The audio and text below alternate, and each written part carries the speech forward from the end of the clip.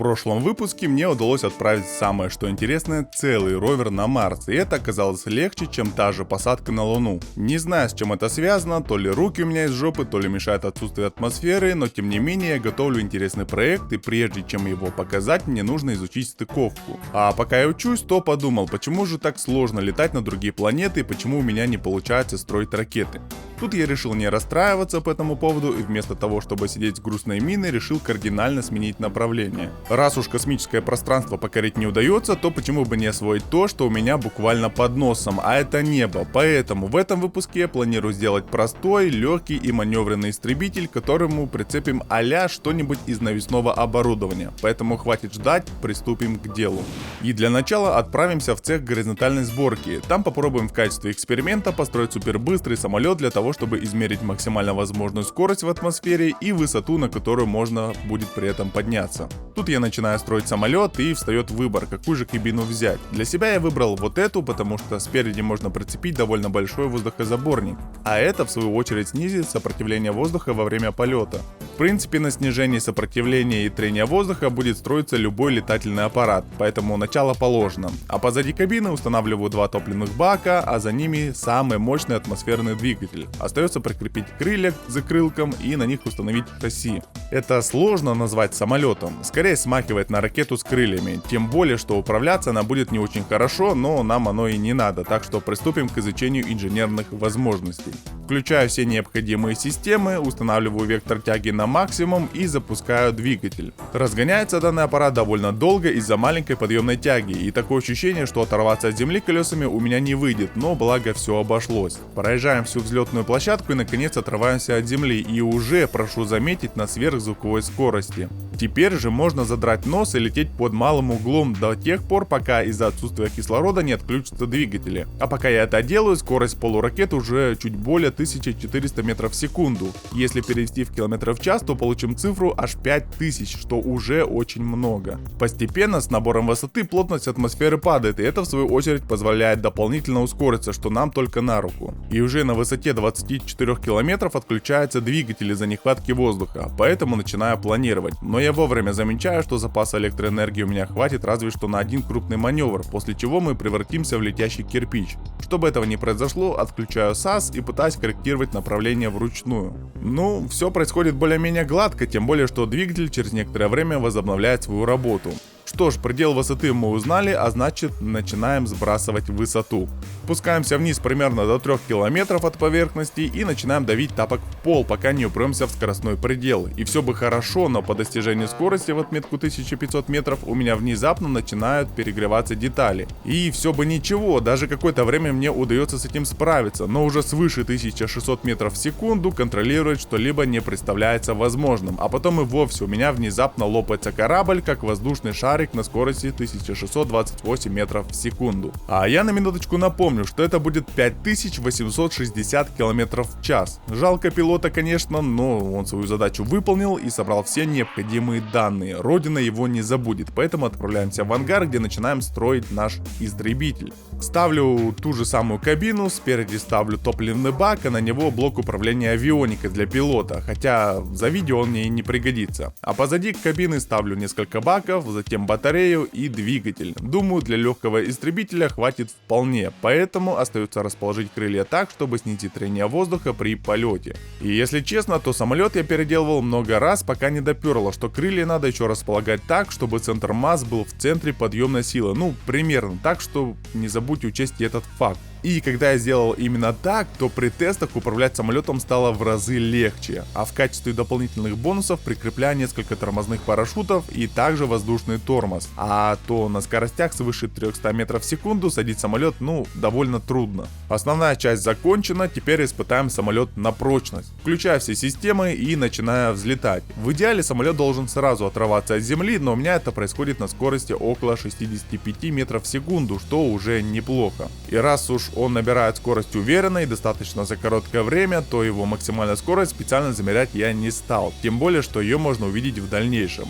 И тут я могу сказать точно, что она будет превышать 800 метров в секунду, поэтому вместо этого теста начинаю наворачивать круги вокруг космического центра для проверки маневренности, и как видно, и с этой задачей истребитель справляется на ура. А напоследок решил повыпендриваться и сделать мертвую петлю на малой высоте, где чуть не разбился.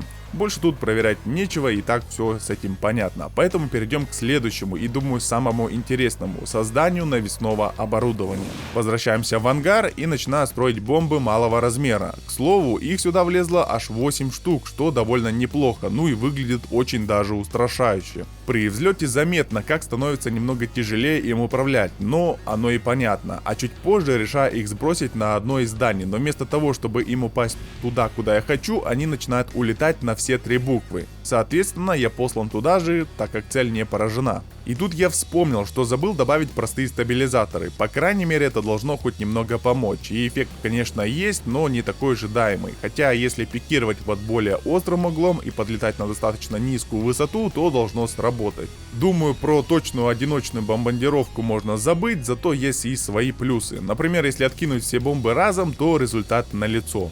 И если с малыми бомбами все ясно, то в качестве их модификации решил сделать 2 средние бомбы. Такие на легкий истребитель ставить не совсем целесообразно, но в качестве эксперимента почему бы и не попробовать. А раз уж они получаются довольно тяжелыми, то стоит их закрепить дополнительными стяжками. Уже на старте сразу чувствуется, как взлетать стало в разы тяжелее, но оно и понятно, такой вес нести на одном двигателе дорого стоит. Правда, теперь их постоянно кренит вниз, и это стоит учитывать, а вместе с этим пострадала и маневренность, как и ожидалось. Но давайте попробуем их сбросить. Подлетаю аккуратно и начинаю отделение. Одна из них точно попадает в цель, а вот второй каким-то чудом удается пролететь через весь космический центр и ничего не задеть. А судя по трясущемуся экрану, мощность взрыва довольно большая. К тому же топливо выкачивать из баков я специально не стал, а это значит, что задача частично выполнена. Такой самолет в одиночку отправлять точно не стоит, ибо его собьют до того, как он долетит до цели, но вот использовать его с поддержкой самое то. Считай, сбросил бомбы и удрал на всех парах на базу, очень даже удобно. И знаете, бомба — это такая вещь простая, чем больше бомба, тем лучше бахнет, но на такой самолет больше и не влезет, так что попробуем создать ракеты, да еще и управляемые. Для этого вместо обычных баков с топливом ставлю маленькие твердотопливные ускорители. На них цепляю несколько геродинов с батареей и на остаток ставлю блок управления ракетой и блок управления авионикой, хотя не знаю, насколько это правильно. Остается не забыть про стабилизаторы. Пускаем ракеты и видно, как они идеально двигаются. Тут я попытался направить их на свой самолет, но неудачно. Сделать это довольно сложно, потому что ускоритель жрет топливо как не в себя, и пока настроишь ракету на цель, топливо уже заканчивается, и они просто не успевают долететь до объекта. Один раз у меня даже почти получилось попасть по соплу, но топливо кончилось, и самолет оттолкнул его потоками газов. Выглядит это довольно смешно и печально. А на второй попытке я уже попал, но так как истребитель двигался довольно быстро, ракета не успела набрать нужную скорость для нанесения урона и просто взорвалась, ударившись о самолет. С одной стороны, задание вроде как и выполнено, а вроде и нет. Да, такие ракеты можно использовать на коротких дистанциях, но только в качестве догоняющего пилота, и то в больших количествах, чтобы наверняка. Поэтому на сей раз давайте попробуем решить эту проблему с нехваткой топлива. И как же это сделать? А все очень просто. Добавим ускорители побольше. Тут особо рассказывать о построении нечего, так как дальнейшие модификации будут создаваться аналогично, поэтому сразу переходим к тестам. Сама ракета получилась очень мощной, ее разворот соответственно тоже увеличен, а это значит, что маневренность весьма страдает и, к сожалению, ей не хватает времени для разворота, так как топливо кончается быстро. Но это не значит, что такая ракета плохая, она тоже имеет место быть. К примеру, она развивает скорость уже до 800 метров в секунду, а это значит, что у нее есть неплохие шансы догнать самолет даже в форсаже. Думаю, их стоит использовать также в нескольких количествах одновременно в качестве догоняющего пилота, но уже на средних дистанциях точно и уверенно. А если их комбинировать с предыдущими ракетами, то получается уже более-менее способная боевая машина. Жалко, что в игре нет онлайна, так бы было бы весело уворачиваться от всех этих ракет. По итогу мы имеем неплохой набор из бомб малой и средней величины. Также есть ракеты для ближних и средних дистанций. Но что делать, если во время воздушного боя попасть, а тем более догнать врага, не представляется возможным? Для таких случаев я решил сделать немного другую ракету. Первым делом стоит отказаться от ускорителей, так как их нельзя контролировать. Вместо них я поставлю парочку топливных баков с авиационным двигателем. Остальной принцип построения ракет точно такой же, за исключением установки дополнительных геродинов между баками, так как эта ракета получается довольно тяжелой. Остается добавить воздухозаборник для того, чтобы все это работало вместе, так что сразу приступим к тестам. По ощущениям взлет точно такой же, как и с предыдущими модификациями, разве что чувствуется, как самолет немного сильнее кренит вниз. Поэтому набираю высоты побольше, чтобы провести тест уже в тепличных условиях, а чтобы наверняка она догнала самолет, то уменьшу тягу на 2/3. Отсоединяю ракету, настраиваю ее и выбираю цель на себя. Ставлю тягу на максимум и ждем попадания.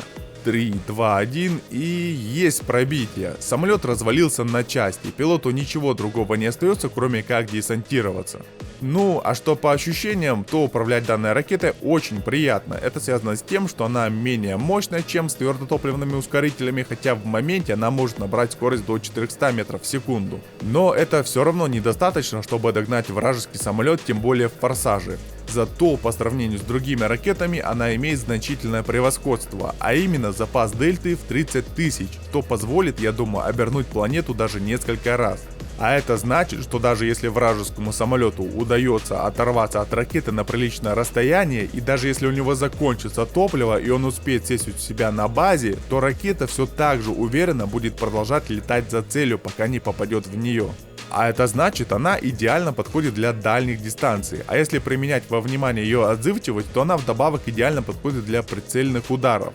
Жалко, что таким арсеналом нельзя управлять автоматически, разве что прибегнуть к модификациям, чего не очень-то и хотелось бы. Но что имеем, то имеем. Итак, у нас получился неплохой арсенал для боевых действий, то почему бы из нашего набора не собрать для истребителя такие инструменты, которые помогут отлично чувствовать себя в воздухе и сражаться на любых дистанциях, ну хотя бы какое-то время. И вуаля, назову я это Леун.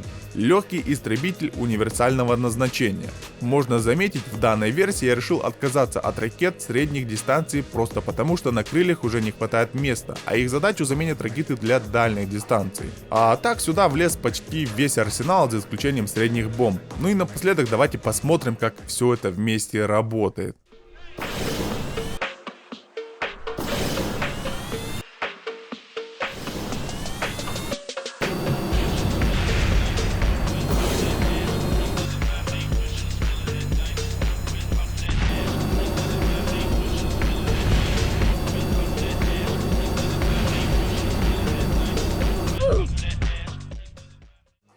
Да, интересный самолет получился, конечно, можно было бы сделать и с двумя двигателями, а там и навесное оборудование запихать побольше можно, но это уже совсем другая история. И да, я иногда играю в эту игру на Твиче, так что заходи в гости, буду только рад. А если тебе понравилось это видео, то ставь лайк и подпишись на канал, буду изучать игру дальше, так что до скорых встреч.